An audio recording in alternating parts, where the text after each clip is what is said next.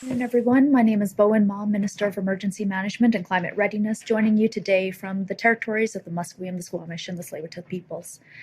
As of this morning, there are approximately 3,800 people on evacuation order and 34,000 people on evacuation alert. These numbers are significant, but we are trending in a positive direction as some evacuation orders are being downgraded to evacuation alerts. Over the last few days, evacuation alerts covering approximately 30,000 people have been rescinded.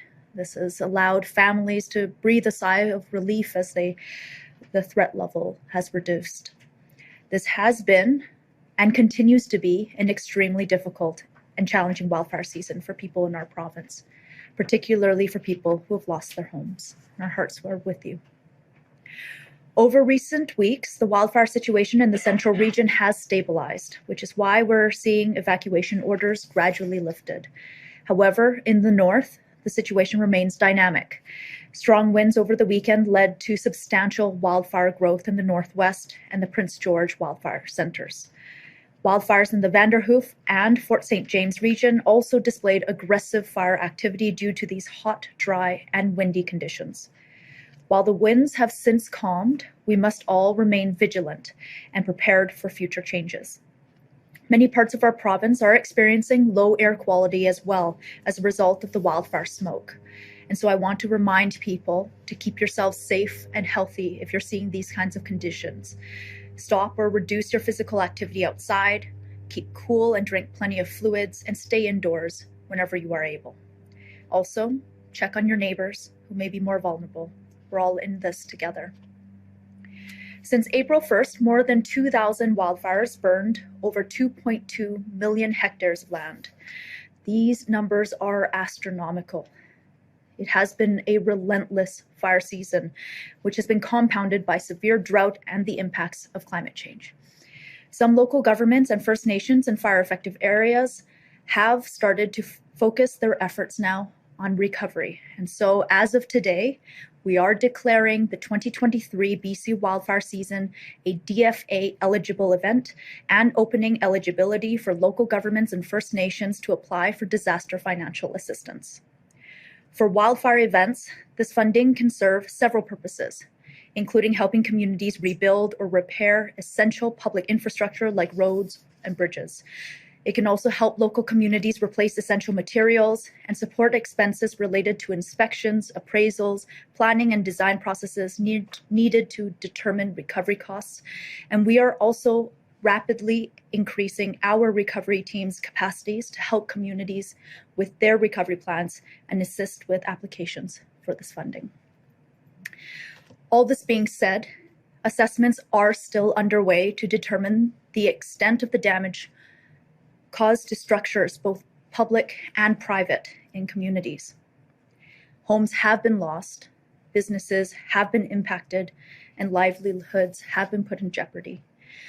The full extent of the damage caused so far through this wildfire season is not yet known, but this doesn't change that the pain and hardship that many people are going through is profound. We are working closely with local governments, First Nations, regional districts to understand the extent of the loss and how to best support people through this time of recovery. And these are trying times, but we are stronger when we work together. Now, before I turn it over to Minister Ralston, I want to offer a cautious glimmer of hope. Historically, mid-September marks the conclusion of the peak wildfire season in British Columbia, and this usually comes with a shift in weather patterns. We are in the home stretch, but we are not yet in the clear. Drought is severely impacting much of the province, and there are still more than 400 wildfires burning in BC. While the end is near, it is critical that we all remain prepared. Please have an emergency plan. And if you are under an evacuation order, please leave immediately. Over the next several weeks, let's hope for the best, but be prepared for the worst. Thank you. I'll now turn it over to Minister Ralston.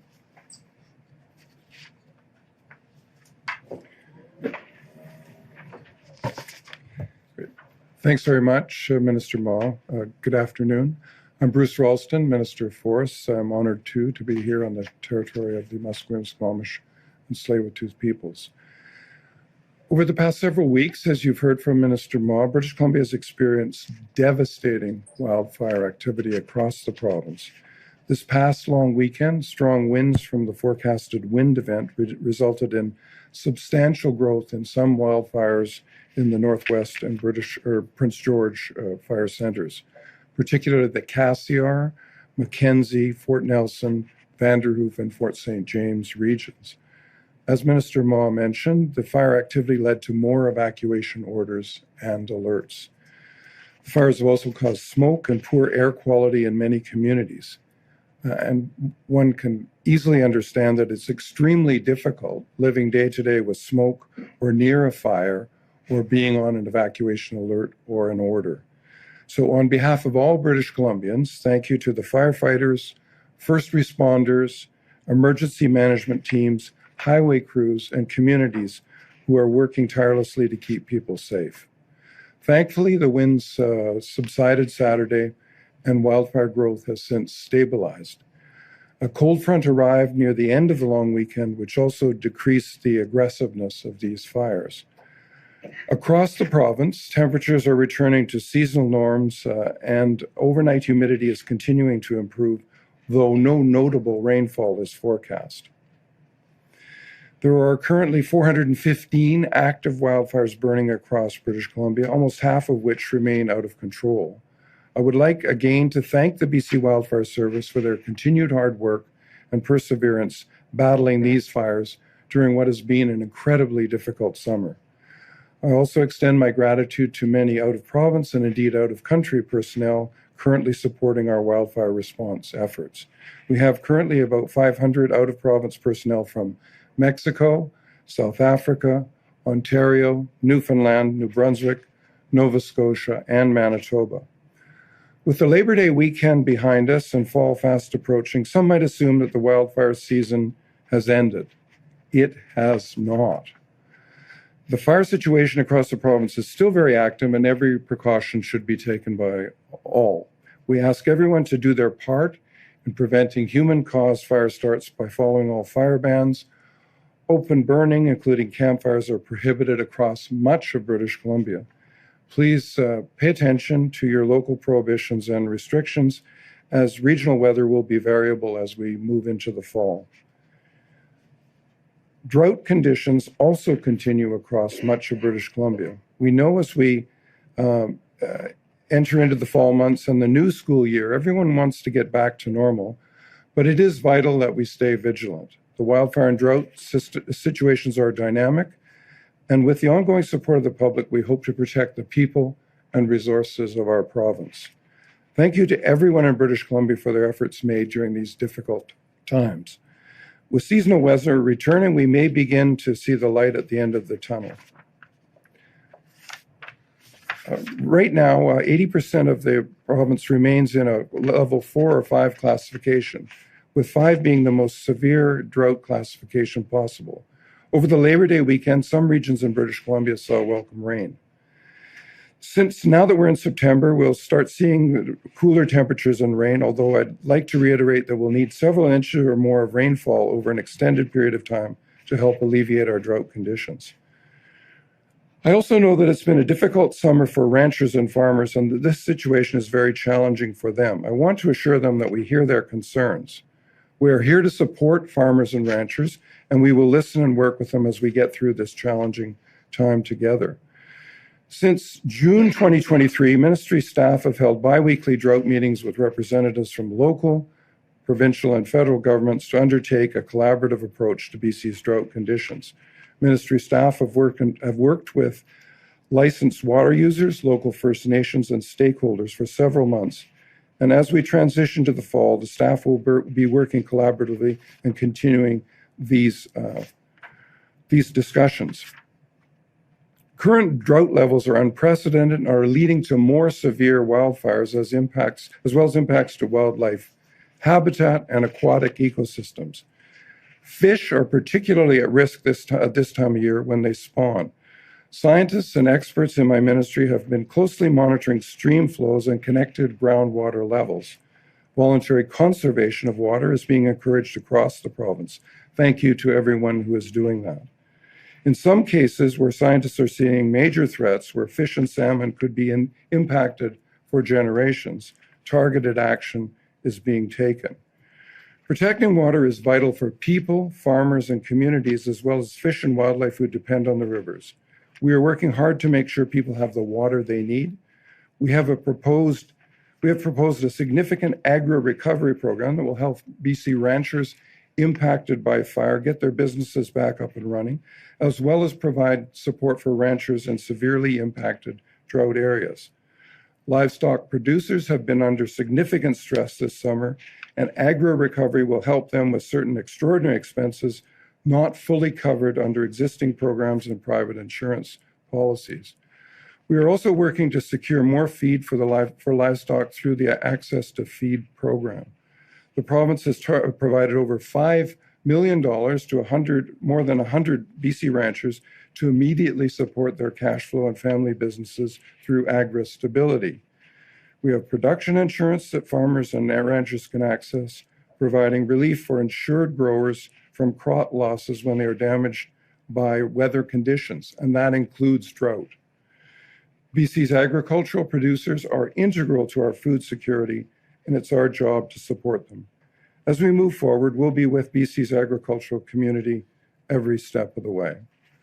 We're going to continue to work directly with farmers and ranchers during this difficult time, and we'll continue to provide updates on our work. With the ongoing effects of global climate change, we all need to rethink and be more mindful of how we use water beyond the current situation. While we get further into the fall, more people, communities, First Nations, businesses, and wildlife will likely face challenges around access to water. That's why we're asking people to conserve now, to put ourselves in the best position to address possible concerns. And this will be an issue of the ministry and of the government concerned going forward. So thank you, and I'll turn it back over to Minister Ma. Thank you, Minister. We're now happy to take questions. In addition to Minister Bruce Ralston and myself, we have on the line Cliff Chapman, Director of Wildfire Operations with the BC Wildfire Service, Connie Chapman, Acting Director of Water Management Branch with the Ministry of Forests, Jonathan Boyd, Hydrologist with the River Forecast Center with the Ministry of Forests, Brendan Rouse with Emergency Management and Climate Readiness, as well as Mark Raymond with the Ministry of Agriculture and Food. Reminder for reporters on the phone, please press *1 to enter the queue. That's *1 to ask a question. For media in the room, please line up the microphone provided, and please make sure to provide your full name and outlet. Media will be limited to one question and one follow-up. We'll be starting in the room today. Please go ahead.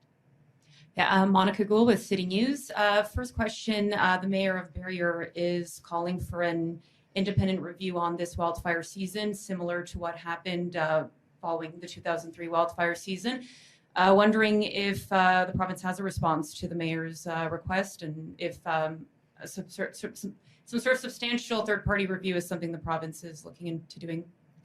I hadn't heard that from the Mayor, but it makes perfect sense that we would continuously be learning from all of these experiences, not just at the end of a season, but throughout as well. I don't know if Minister Ralston wanted to address the question more specifically.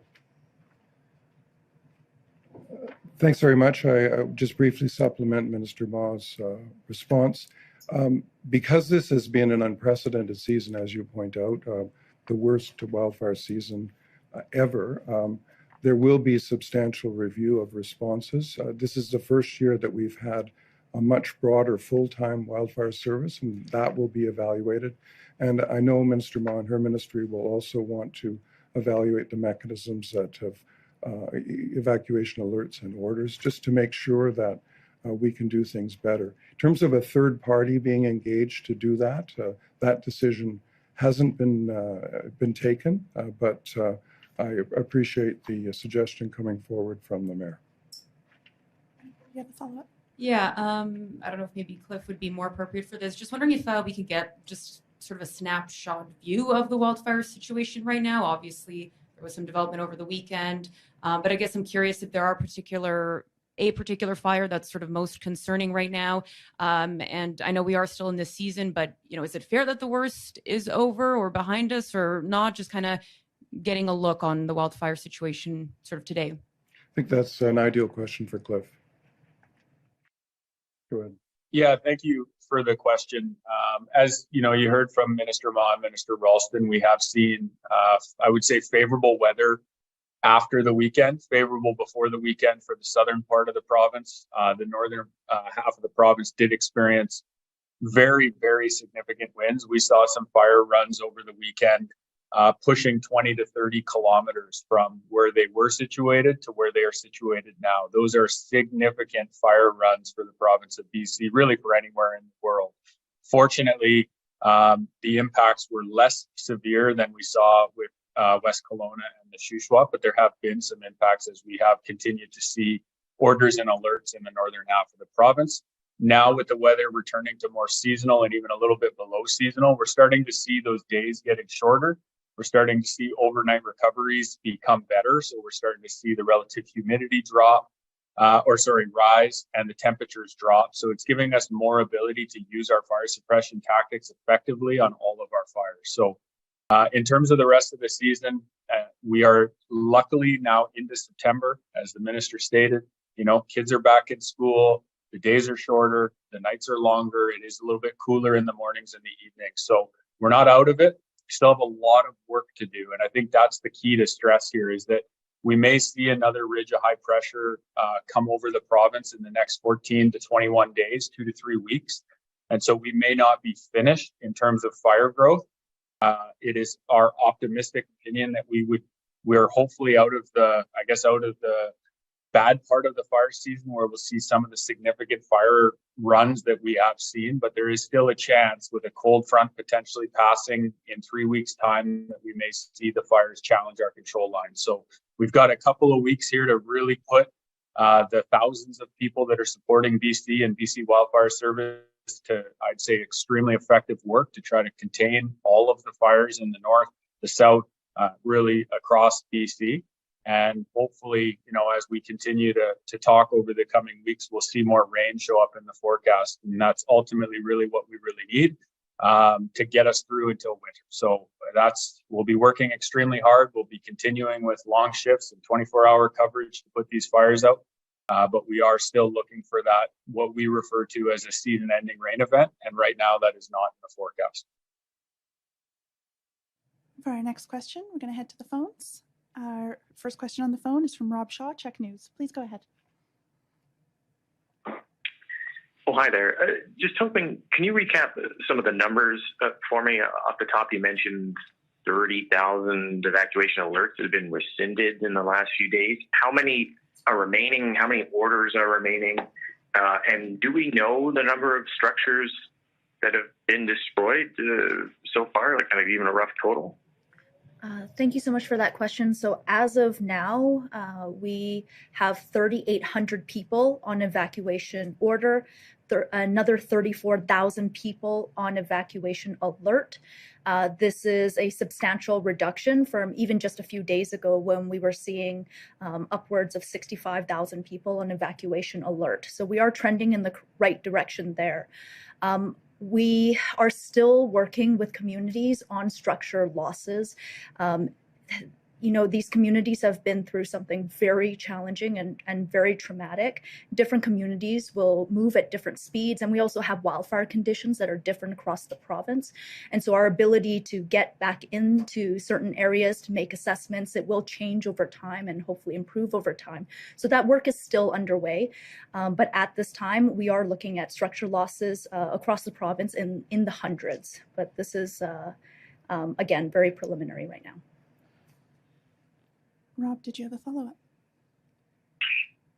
Sure, thanks. And on the drought situation, maybe there's someone there who could just sort of talk again about the drought and sort of find a way to explain it to people and how they might sort of understand it. Like, how many days of rain ideally do we need, or weeks of rain do we need to sort of get us out of this drought situation? Or is there another way we can quantify to folks how much rain outside of sort of an abstract millimeter count we would kind of need to get us back to where we need to be? Sure. I'll start. I'll see if Minister Ralston has anything to add, and we can also pass it over to Jonathan Boyd of the River Forecast Center too. Off the top, I want to emphasize how significant the drought that British Columbia is facing is right now. It is unlike any kind of drought conditions the province has ever faced, and in my opinion, truly is a sleeping giant of a natural disaster that we are challenged with right now. The impacts will be very, very real, which is why we have been communicating to the public since April the need to voluntarily reduce water use and conserve water. We've been working with communities to increase water restrictions, imploring water licensees to voluntarily reduce their draws on streams as well. The impacts to the ecosystem, to our industries, to ranchers and farmers, we've already seen some of those impacts come to fruition. And when it comes to what's going to happen over this fall, I would say there are three scenarios. The best case scenario we can hope for is extended gradual rain over long periods of time that gently recharge our reservoirs, gently recharge our stream systems and our ecosystems back to a healthy place. If we get too little water, then we could see an extended drought season that carries on into the next calendar year. And if we get too much water too quickly, then we may see storms and flooding, not unlike potentially what we saw in 2021. I will say that in 2021, we saw the beginnings of an extreme drought situation, nothing close to what we see this year. And how we were saved from that drought in 2021, unfortunately, was through the atmospheric river event, which was catastrophic to say the least. And so I don't say these things to scare people, but it is important for us to really understand how serious of a drought situation we are in, and why, when we take the measures that we do to put in water and fish protection orders, that we only do it because it is absolutely necessary, because it is serious. Maybe we'll pass it over to Jonathan Boyd of the River Forecast Center to see if he has any numbers for us. Yeah, sure. Thanks, Minister Ma. And I think your answer was fantastic with the multiple scenarios there. And it really is just dependent upon each specific region. And as an example, Vancouver Island, this is typically the dry season up to maybe the middle of September, and we switch over into the wet season. So drought can end pretty quick on Vancouver Island if we get 2 or 3 large storm systems move through, and dare I say the word atmospheric river, but those types of storms will actually end the drought potentially for Vancouver Island. Where it is going to be drastic this year is that so much of the province is under drought conditions that there are going to be areas, especially in the interior, that just don't necessarily normally get rain that much in the fall months. So the drought could linger into the freeze up of winter and of course extend into the spring or summer of next year. So it really is all dependent. It's hard to give a specific number anywhere. And we actually have had reasonable amounts of rain over the past month and a half for the South Coast and Vancouver Island, but it has only just helped a little bit. That's in comparison to last year, where it essentially didn't rain for about 3 months straight on Vancouver Island. For our next question, we're going to Catherine Urquhart, Global News. Please go ahead. Yes, hi. Thanks for taking my call. I'm just going to pull up my question here. In regards to the financial assistance that you're going to be offering, do you have any sense of what that might cost the province at this point? I think that it's far too early for us to give you an estimate on that. We'll need to work very closely with communities to understand the kind of structural losses that they're facing, the kinds of supports that they need, and work with them closely on that. Okay, is there a dollar figure per person that they can qualify for? So I should be clear that disaster financial assistance is intended to cover losses caused by disasters that are not insurable. And so in the case of wildfires, it will largely be public infrastructure, building, so public roads, public buildings, and other public assets. Catherine, did you have a follow-up? Yeah, just wondering if you have the latest tally on the number of homes and structures that have burned across the province. At this time, we know that the numbers are in the hundreds. I won't be able to give you a more specific number than that because we are continuing to work with communities to assess that damage. Our next question, we're going to Rob Buffum, CTV, Vancouver Island. Please go ahead. Yeah.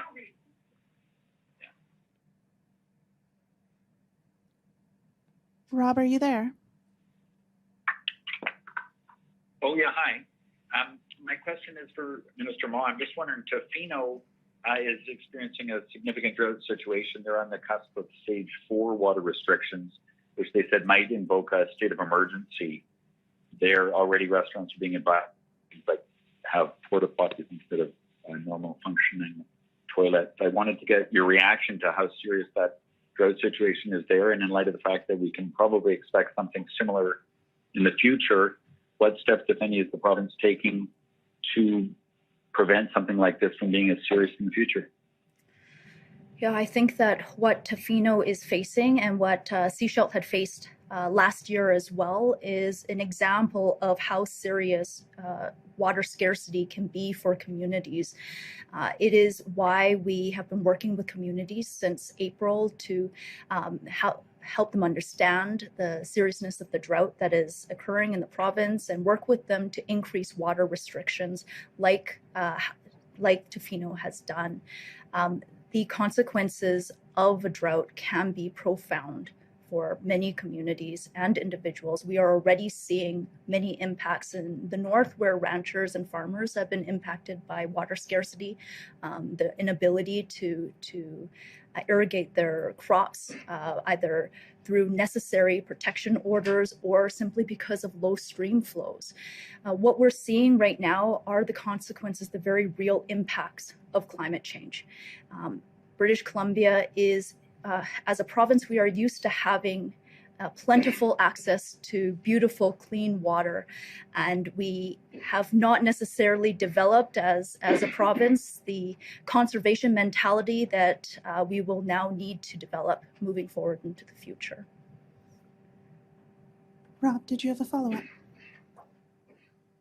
I do, and it might be for Minister Ralston. It relates to something that's been discussed already. It's the impact of the drought on cattle ranchers. We spoke to a rancher today in the Cowichan Valley who is upset because he's facing a real financial burden importing hay from Washington State, and says the help he's getting from the province to date is not enough, and he wants to see the province do more. What do you say to him, and is more help coming? Do you want to take that one?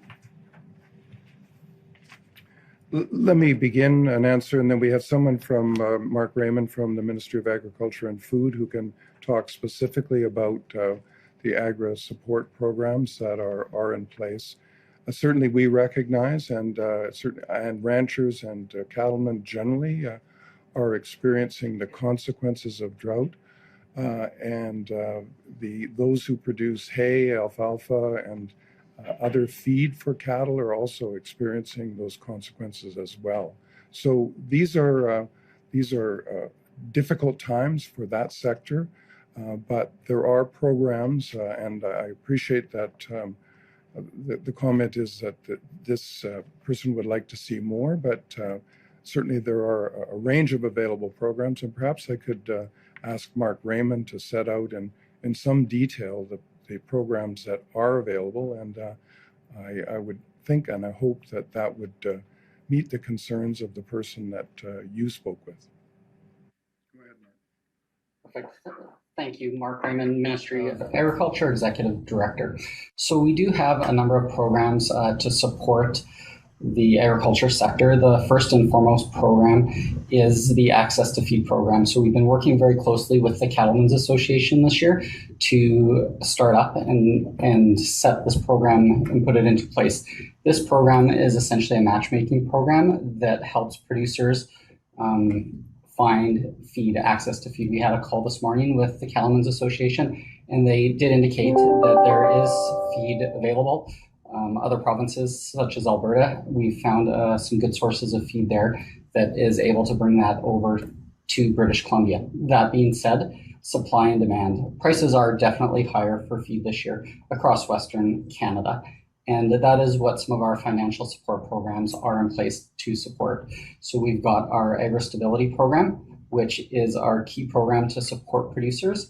We've opened the enrollment for that program up to allow for late enrollment, and we have seen some pretty significant uptake of that program from producers across BC.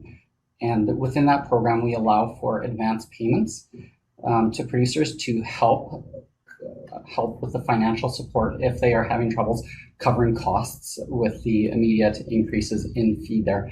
So it is that Agri-Stability Program that is the key program supporting producers for that are having financial difficulties. And we really encourage producers to reach out and sign up and enroll for that program. For our next question, we're going to Wolf Deppner, Black Press. Please go ahead. Yes, thank you for taking my question. Todd Stone gave an interview on radio the other day where he called for a sort of a one-stop shop to coordinate various agencies, various response authorities when it comes to dealing with these emergencies. What is your response to this demand from the official House leader? Yeah, absolutely. Yeah, absolutely. Thank you so much for that question.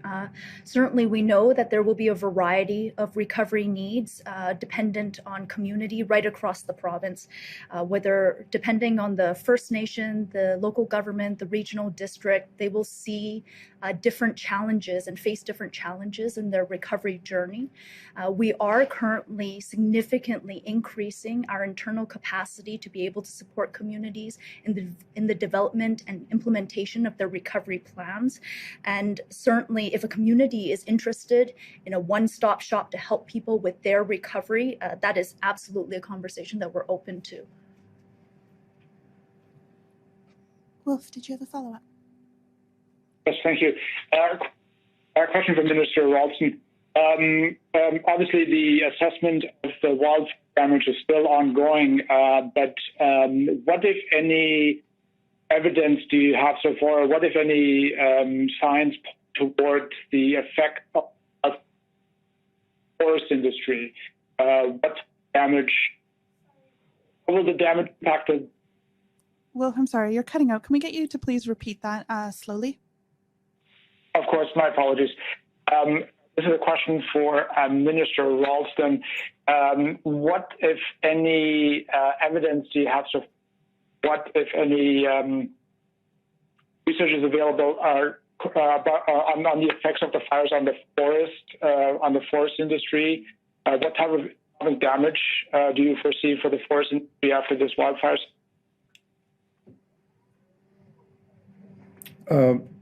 Thanks very much. I think maybe if I might summarize your question, you're asking what's the impact of the wildfire season in the regions of the province upon the forest industry. So there are a number of impacts. One, I just want to at the outset say thank you very much to the industry for participating in the firefighting effort.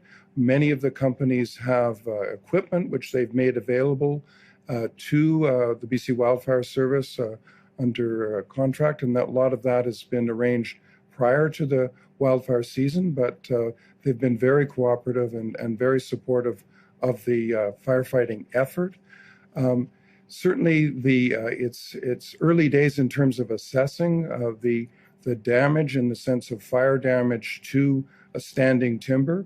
Some of the areas are not what's considered to be prime forest land, but where there is forest land that's I think the term is merchantable. In other words, it has an economic value as timber beyond the environmental and other attributes that we attribute to our forests. That assessment will be made. Typically, one of the areas where there's a follow-on is some of the burned timber, once it's assessed by Ministry of Forest officials, will be marketed for sale. Some of the companies have capacity and familiarity with how to use fire-damaged wood. I'm thinking particularly of, I met not so long ago with Kruger, which is the pulp company which now owns the mill in Kamloops.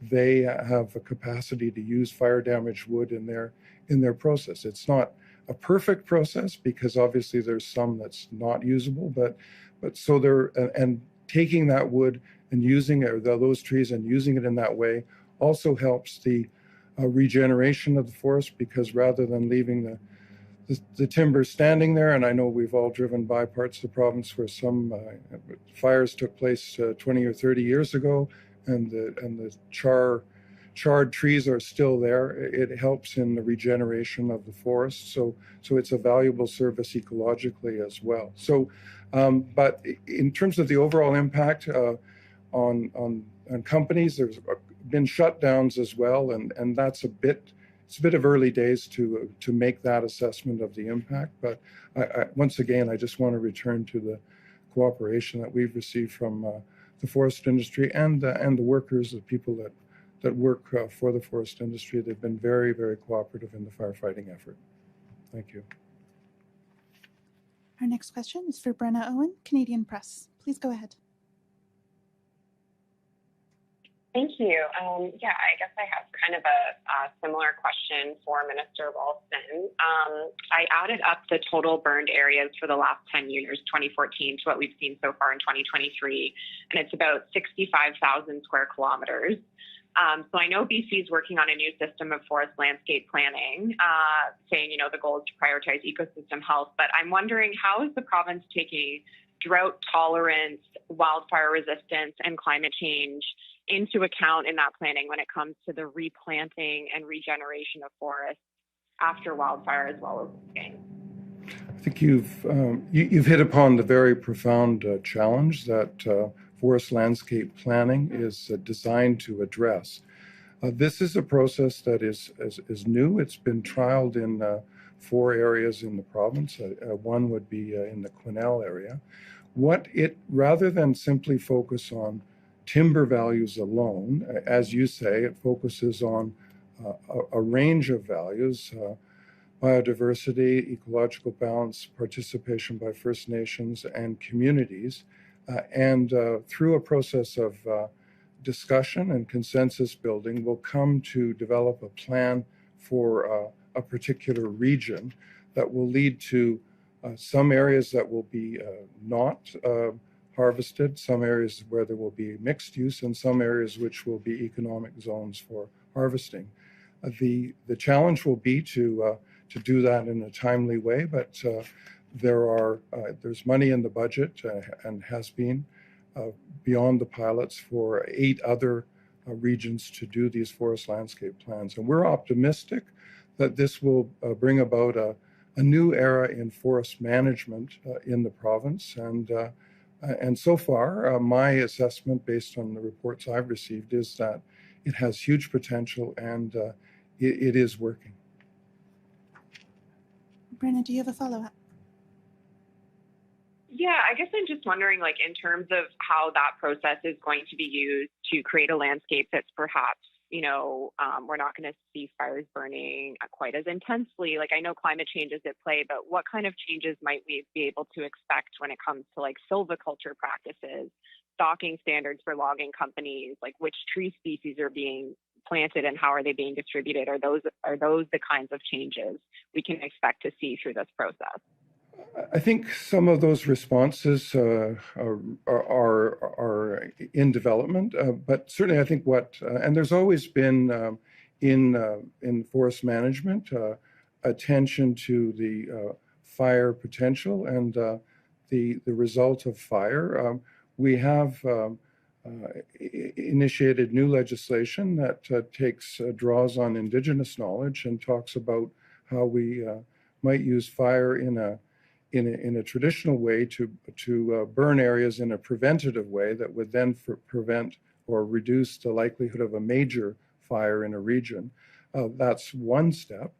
In addition, around communities, there is a program called Fire Smart, which is a number of municipalities have participated in, and that is to reduce the fuel on the forest floor and among the forest that's adjoining to largely communities that reach out into the forest as they develop to increase safety. And certainly the mayor of Kelowna has told me that in the Knox Mountain Fire, which is a major urban park right adjacent to their downtown, that the fact that they had used that program to reduce fire risk there made a real difference when there was a fire there, and their ability to put it out very quickly without a risk to, if the fire had proceeded into the major downtown area of Kelowna, it would have been like a major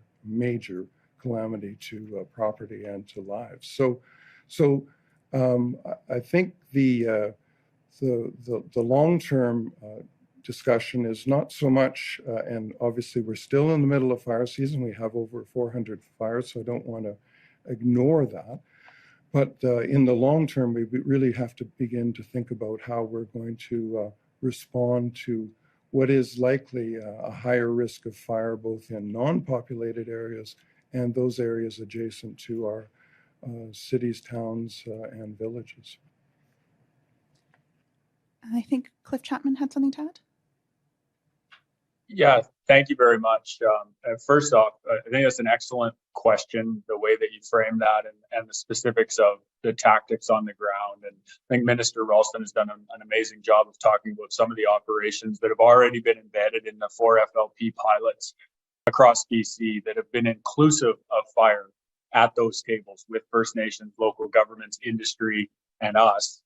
To really try to look at the landscape through the lens of what are the impacts that fire may have on this landscape, whether it be midterm timber supply, old growth, caribou habitat, First Nation high archaeological values, and really coming together as a community, government, non-government, local government, to try to plan what's best for that landscape long term. Obviously, with the impacts of fire needs to be at that table, and we are. And the plan is for us to continue to be there at the 8 additional FLPs that are being launched and every FLP that's launched after that. The other piece I just want to quickly touch on is around cultural and prescribed fire. And I've spoken about this in the past. That is one of the tools that allows scalability for a province of our size with the hazard that we carry to try to eliminate the fuels ahead of the fire season.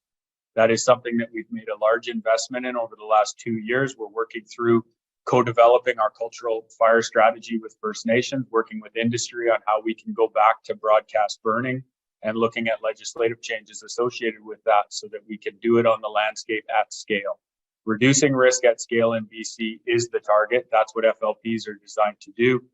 From a fire lens, as well as the ability for us to apply fire in a positive way, changing our relationship with fire from being an inherently negative thing in this province to being more positive when we do it under the control of the spring, significant planning, partnership with First Nations, local governments, industry, and others to really execute the reduction of that fuel ahead of the fire season. And it's something we can do year over year. So appreciate that line of questioning. Happy to follow up offline as well with the reporter if they want to go a little bit more in depth on the fire side.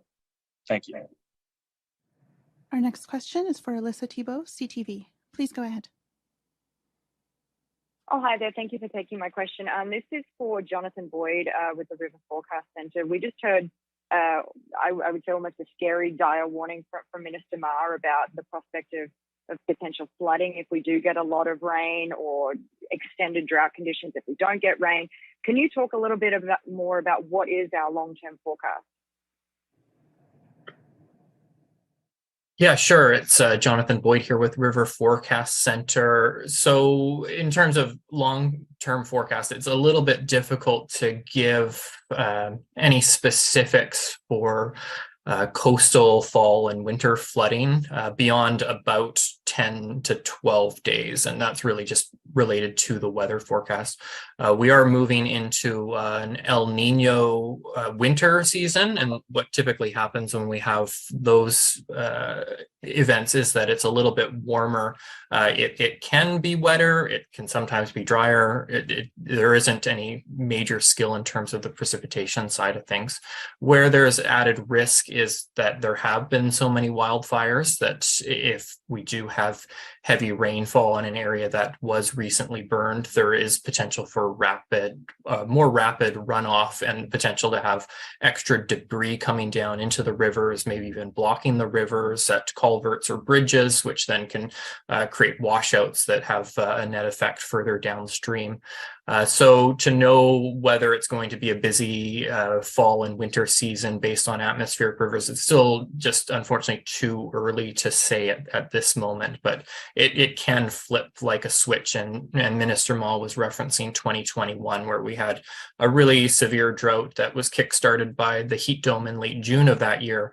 And it was incredibly dry right up to about the 15th of September. And after that, it seemed to be atmospheric river after atmospheric river that rolled through and eventually had the catastrophic atmospheric river on the 14th and 15th of November of that year. So only time will tell, but it is certainly still on the cards as a possibility as we move into the fall and winter. Alyssa, did you have a follow-up?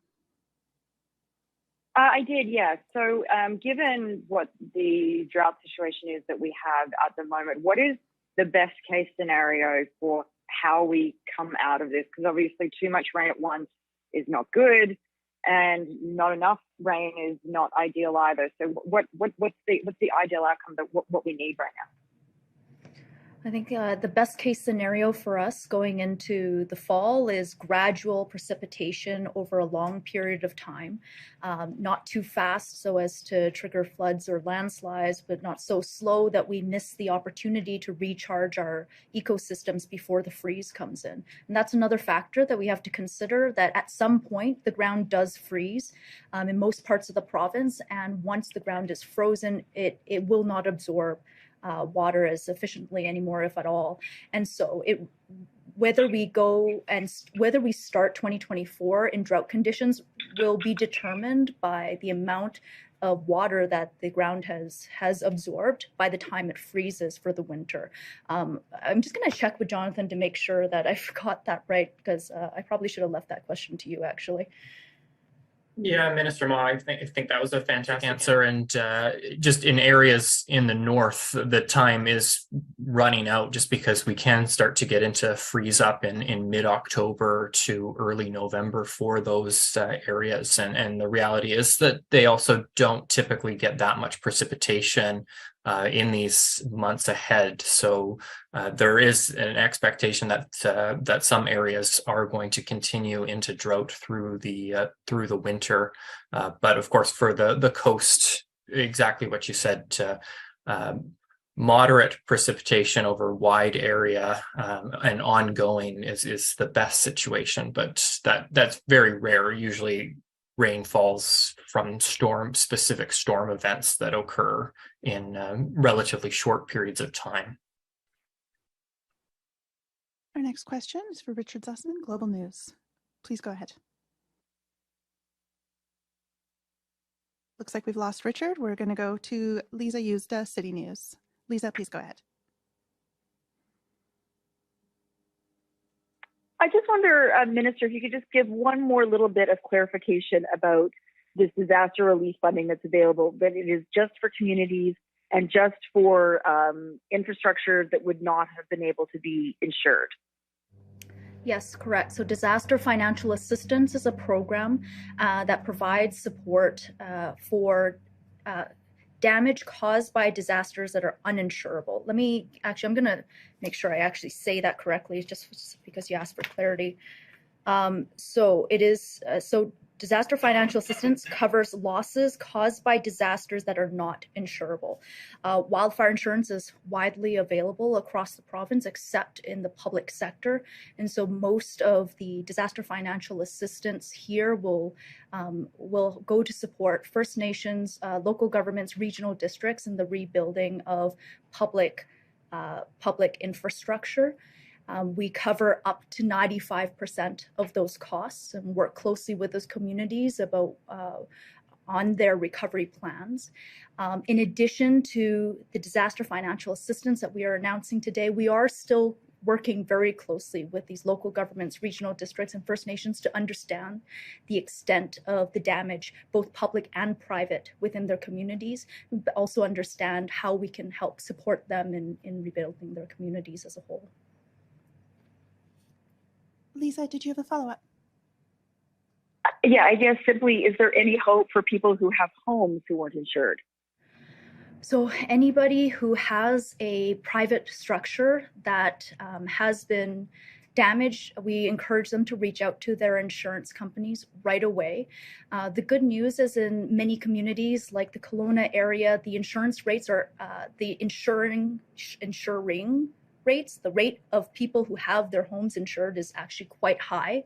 So that's really good news. And obviously it's a reminder to everybody, whether you're a homeowner or a renter, that insurance is absolutely a must here in British Columbia for a variety of reasons.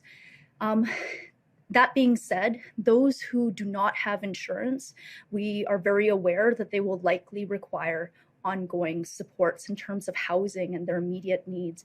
And so right now we have emergency support services provided and deployed right across the province, but there will be a question as to what kind of medium and longer term supports will be required for those who are in the unfortunate position of not having insurance that takes care of them during this time. That's all the questions we have for today. Thank you.